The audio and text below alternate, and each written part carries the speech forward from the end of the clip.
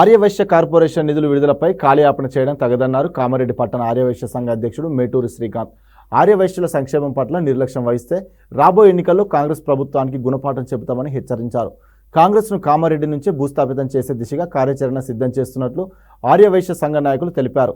ఈ కార్యక్రమంలో పట్టణ ఆర్యవైశ్య సంఘం ఆర్గనైజింగ్ సెక్రటరీ కూర శ్రీనివాస్, అడ్మినిస్ట్రేషన్ సెక్రటరీ గరిపల్లి శ్రీధర్, మోత్కూరి శ్రీనివాస్, భువనగిరి శివకుమార్, పట్టణ సంఘ కార్యవర్గ సభ్యులు పాల్గొన్నారు.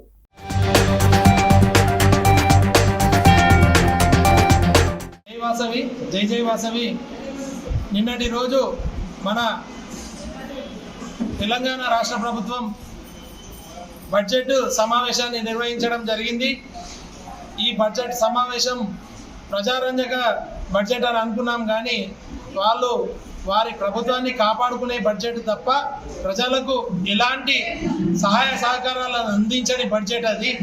ముఖ్యంగా రేవంత్ రెడ్డి గారు కామారెడ్డిలో పోటీ చేసినప్పుడు వైశ్య కార్పొరేషన్ అట్లా అనేది మేము ఇవ్వడం జరుగుతుందని చెప్పేసి హామీ ఇవ్వడం జరిగింది.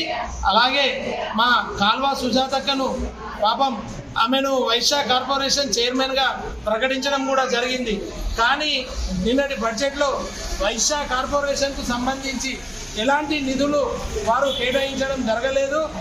మీరు ముఖ్యమంత్రి పదవి అనుభవిస్తూ మాకు ఎలక్షన్లు అయితే అయిపోయినాయి, మాకు ముఖ్యమంత్రి పదవి వచ్చింది, మేము ప్రభుత్వాన్ని ఏర్పాటు చేసినామని చెప్పేసి తూతూ మంత్రంగా కార్పొరేషన్ను మీరు ప్రకటించి నిధులు ప్రకటించకపోతే మేము ఆర్యవైశ్య సంఘం తరఫున, కామారెడ్డి పట్టణ ఆర్యవైశ్య సంఘం తరఫున ఉద్యమాన్ని ఉవ్వెత్తున లేపడం జరుగుతుంది. మీరు ఇలాగే ఒంటెత్తు పోకడతో ఆర్యవైశ్య కార్పొరేషన్కు నిధులు కేటాయించినట్టయితే పేద ఆర్యవైశ్యులకు ఎంతో న్యాయం చేకూర్చే వాళ్ళు అయ్యేవాళ్ళు. కానీ మీరు నిన్నటి బడ్జెట్లో నిధులు కేటాయించలేదు కాబట్టి దయచేసి మీరు కేబినెట్ సమావేశాన్ని నిర్వహించి తొందరగా నిధులు విడుదల చేయాలని కామారెడ్డి పట్టణ ఆర్యవైశ్య సంఘం తరఫున డిమాండ్ చేయడం జరుగుతుంది.